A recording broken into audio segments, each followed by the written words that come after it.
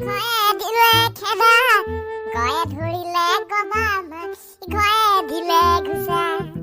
ঐ ল'ৰাহঁত, ভাল কিবা কবিতা এটা মাতিব পৰা নাই? কি এনেই অদৰকাৰীকে কবিতা মাতি আছ? কাম নাই আৰু তহঁতৰ? কবিতাৰো ভাল বেয়া থাকে নেকি? কবিতাটো কবিতাই ন, টেঙা মুৱাম মিঠা মুৱাম, গতিকে যি কবিতাই নহওক কবিতাটোকে গাইছো ন। ইয়াৰচোন বৰ কথাও, সেইমতে যদি অলপমান পাৰিলি হয়। ঐ তহঁতক এতিয়া মই প্ৰশ্ন কৰিম আৰু উত্তৰ দিবি। প্ৰশ্ন কৰিলেতো উত্তৰ দিব লাগিবই ন। এই মহা পণ্ডিত, মুখে মুখে উত্তৰ দিয়াত পাকৈত, কিন্তু কিবা এটা সুধিলে পাৰনে? হা?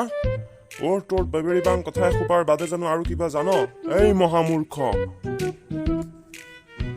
বাৰু এইবাৰ হৰিয়ে ব্যাখ্যা কৰ, 100 গৰু মাৰিলে বাঘৰো মৰণ। পাৰিবিনে?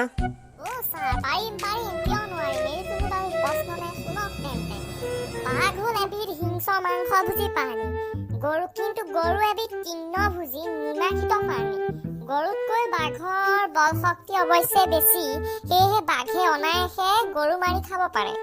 যিয়েই নহওক কিয়, কিছুমান গৰুৰ যে দুটাকৈ জোঙা শিং থাকে। গৰুৱে বাঘৰ লগত সমানে সমানে লাগিব নোৱাৰিলেও অলপ কম বেছি পৰিমাণে সিহঁতক খুচিব পাৰে। ধৰক এটা গৰুৱে খুচুতে 100 বাৰ যেতিয়া বাঘটোৱে গৰুৰ শিঙৰ খোজ খায়, তেতিয়াতো তাৰ বিষে ধৰিবই, এনেওতো তাৰ বিষে ধৰিবই, তাৰ ফলত তাৰ বাঘটোৰ মৃত্যু হয়। সেয়েহে কোৱা হয় 100 গৰু মাৰিলে বাঘৰো মৰণ। হাই লেভেলৰ পণ্ডিত, মহাপণ্ডিত, তই হৈ পেলাই তাকেহে বুজিলি। ৰাম ৰাম ৰাম ৰাম, খাবি দেই, তই খাবি। ভালদৰে কিতাপখন এবাৰ মেলি চাবিচোন কি লিখা আছে, তাৰপিছত মোক কবিহি। বাৰু এইবাৰ ক, এইবাৰ আমাৰ মধুৱে ক, আলাসৰ লাডু মানে কি?